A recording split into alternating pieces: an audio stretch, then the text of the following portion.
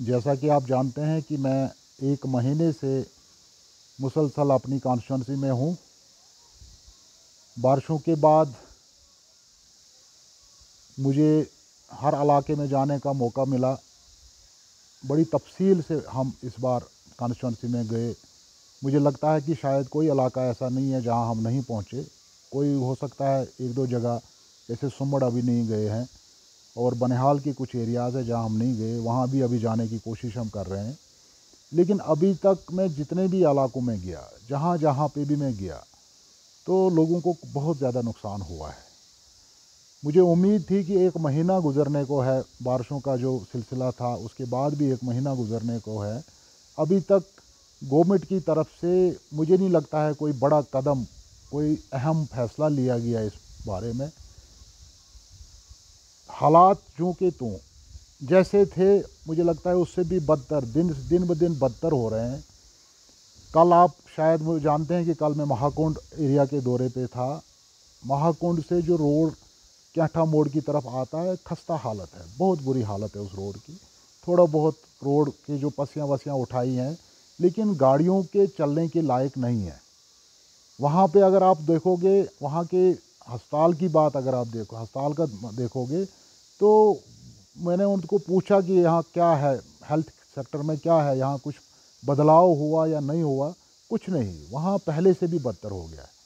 हालांकि कुछ रोडें इन्होंने नई बनाई हैं, पीडब्ल्यूडी के थ्रू बनाई हैं, उसमें आप यकीन नहीं करोगे कि घास उसमें चढ़ गया है। तो मुझे लगता है कि कोई देखने वाला ही नहीं है, कोई सुनने वाला नहीं है। परसों हम इंद इलाके में थे, तो ये जो दाछन से इंद का रोड है, इतनी खस्ता हालत है कि मुझे लगता है 1 से 1.5 घंटा हमें चंद किलोमीटर, 4 या 5 किलोमीटर जाने में लग गए। तो गवर्नमेंट को इन चीज़ों पे ध्यान देने की ज़रूरत है। बहुत ज़्यादा खस्ता हालत हुई है, रोडों की खस्ता हालत है। एजुकेशन सेक्टर हमारा बिल्कुल डिफेक्ट हो गया है। हाँ, मतलब हमारा हेल्थ सेक्टर जो है बिल्कुल है ही कुछ नहीं। कहीं डॉक्टर नहीं, कहीं मेडिकल असिस्टेंट नहीं, कहीं कहीं यहाँ तक भी मैंने देखा कि किसी किसी अस्पताल में एनओ तक मौजूद नहीं है। यहाँ इंद में मैंने पूछा, कहा यहाँ पे एक मेडिकल असिस्टेंट है, हालांकि वहाँ डॉक्टर्स की पोस्ट सेक्शन है, लेकिन कोई डॉक्टर नहीं है। स्कूलों की हालत अब से अबतर है। तो मुझे लगता है कि गवर्नमेंट जो है हर हर शोबे में फेल हो चुकी है। कोई ध्यान नहीं है, लोगों को गुमराह करने पे ध्यान है, बाकी कुछ नहीं है। मैंने अभी कल एक उमर साहब का एक स्टेटमेंट सुना, जिसमें वो कह रहे हैं कि अगर मुझे स्टेट लेने हासिल करने के लिए बीजेपी के साथ अलायंस करना पड़ा, अगर करना पड़े, तो मुझे उससे बेहतर है कि इस्तीफ़ा देना चाहिए। लेकिन ये एक गुमराह करने वाला बयान है, क्योंकि जब 96 में उमर अब्दुल्ला साहब बीजेपी गवर्नमेंट में मिनिस्टर रहे, हिस्सेदार रहे, तो उस वक्त ये तो सिर्फ लोगों को एक बेवकूफ़ बनाने का एक तरीका है। मुझे लगता है कि इनको ये बहानाबाजी करने से बेहतर है कि मेन चीज़ों पे ध्यान दिया जाए। उन्होंने कहा कि मुझे अगर मेरा इस्तीफ़ा ले लो, ठीक है। मैं ये कहना चाहता हूँ कि आपको लोगों ने जो वोट दिया था, वो आपको खुसूसी पोजीशन बहाल करने के लिए दिया था। आप तो स्टेट की भीख मांग रहे हो। आप तो भूल चुके हो। आपने तो दफ़ा 370 को बहाल करने के लिए यहाँ पे वोट हासिल किए। आपने तो एक लड़ाई लड़ने के लिए वोट हासिल किए। आज आप ये क्या बोल रहे हो कि भाई मुझे अगर स्टेट हासिल करने के लिए बीजेपी के साथ हुकूमत बनानी पड़ेगी तो मैं इस्तीफ़ा दूंगा। तो मुझे नहीं लगता है, ये एक प्रोपोगंडा चला रहे हैं। अभी परसों ही हाल ही में, मतलब अभी महीना भी नहीं हुआ, वाइस प्रेसिडेंट ऑफ इंडिया के इलेक्शन हुए। नेशनल कॉन्फ्रेंस के तमाम एमपीज़ ने, जितने भी दिल्ली में हैं, उन्होंने बीजेपी को वोट दिया। तो यहाँ कश्मीर में मुझे लगता है कि ये लोगों को बेवकूफ़ बनाने का है। इसलिए मेरा कहने का मकसद यही है कि इस वक्त गूल बानिहाल कॉन्स्टिट्यूंसी जो है, इसमें जो है डेवलपमेंट ज़ीरो है, ठीक है ना। एजुकेशन सेक्टर ज़ीरो है, हेल्थ सेक्टर ज़ीरो है। रूरल डेवलपमेंट में इन लोगों ने क्या किया है कि कहीं इंडिविजुअल लोगों को बाथरूम रखे हैं। हाँ, अगर बाथरूमों से ही दुनिया चलेगी तो मुझे लगता है फिर बाकी काम करने की क्या ज़रूरत है। मैं गुजारिश करता हूँ, मैं मोतबाना अपील करता हूँ इस गवर्नमेंट से। 60 सीटें ली है नेशनल कॉन्फ्रेंस ने, इनको कोई फैसला लेना चाहिए। कि यार ये जो नुकसानात हुए हैं, ये जो लोग बेघर हो गए हैं, ये जो लोगों की फसलें तबाह हो गई हैं, ये जो सड़कों की अबतर हालत है, हमारे नेशनल हाईवे की अबतर हालत है, अभी तक भी अबतर हालत है, ठीक है। तो इस पर ध्यान देने की ज़रूरत है, इस पर कोई फैसला लेने की ज़रूरत है, ना कि यहाँ पे सिर्फ लोगों को गुमराह करके, प्रोपोगंडा करके, ये बयान दे के लोगों को एक गुमराह करने की, मुझे नहीं लगता इससे कोई हासिल होने वाला है। उनका ये प्रेस कॉन्फ्रेंस सुन रहा था, क्योंकि वो यहाँ के एमएलए हैं।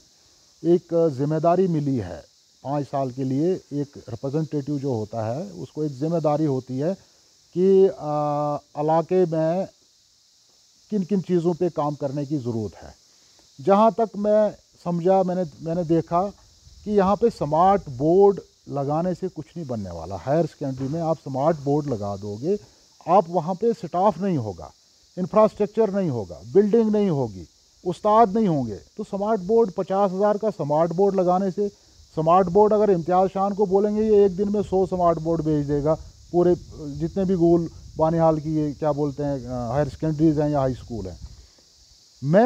मेन मुद्दा जो है काम करने का, इंफ्रास्ट्रक्चर देखना है कि कहाँ पे इंफ्रास्ट्रक्चर की कमी है, और उस पर पूरा कोई प्रोजेक्ट बना के उस पर ध्यान देना है। 50,000 या लाख बांटने से यहाँ कुछ नहीं होने वाला। या कई जगह मैंने सुना यहाँ जी हमने टॉयलेट कम्प्लेक्स दिए, यहाँ टॉयलेट कम्प्लेक्स बहुत बने हैं, हर जगह बने हैं, इन चीज़ों की इतनी ज़रूरत नहीं है। यहाँ पे स्टाफ की ज़रूरत है, यहाँ पे लेक्चरार्स की जितनी पोस्ट वैकेंट है उनको फिल करने की ज़रूरत है। यहाँ पे उस्ताद जहाँ जहाँ कम है, जिन जिन स्कूलों में, चाहे वो हाई स्कूल हो, चाहे वो मिडिल स्कूल हो, चाहे वो हायर सेकेंडरी हो, पूरे गूल बानिहाल के इलाके में, पूरे खड़ी तहसील में, पूरे रामसू तहसील में, जहाँ जहाँ भी आप देखोगे यही प्रॉब्लम है कि स्टाफ पूरा नहीं है, बच्चों को पढ़ाने वाला कोई नहीं है। आप स्मार्ट बोर्ड भेज रहे हो, स्मार्ट बोर्ड जी मैंने फलानी जगह दिया, हमने जी स्मार्ट बोर्ड दिया, फलानी जगह टॉयलेट कम्प्लेक्स दिया। आप अस्पतालों की ईसीजी मशीन देने से कुछ नहीं होगा, ईसीजी मशीन से वहाँ इलाज नहीं होगा, वहाँ पे डॉक्टर की ज़रूरत है। यहाँ पे डॉक्टर के पोस्टें वैकेंट हैं, 10-10 पोस्टें वैकेंट हैं, वहाँ पे स्टाफ लाना चाहिए। पहले वहाँ पे इंफ्रास्ट्रक्चर देखना चाहिए, वहाँ पे रूम कमरा देखना है जिसमें मशीनरी रखे हैं वो या अवेलेबल या नहीं है।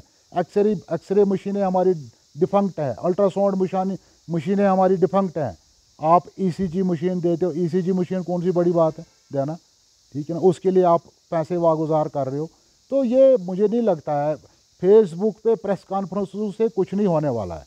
यहाँ पे ग्राउंड पे उतर के लोगों की मसाइल को हल करने की ज़रूरत है। पूछेंगे, पकड़ेंगे, ये जो खोखले दावे ये नहीं चलेंगे। कब तक आप ये करोगे? मतलब डॉक्टर जो है ये एक बहुत मोतबर पेशा है, ठीक है ना, ये एक बहुत महज़ब पेशा है, तहज़ीब वाला पेशा है। इसके पास हर घर की माँ बेटी अस्पताल में जाती है, डॉक्टर के पास जाती है। मुझे लगता है परसों जो एडमिनिस्ट्रेशन ने वहाँ स्टेप लिया, अप्रिशिएटिव स्टेप है, उन्होंने बहुत अच्छा किया। मैंने सुना उसको अरेस्ट किया गया, उसको सख्त से सख्त सज़ा देनी चाहिए।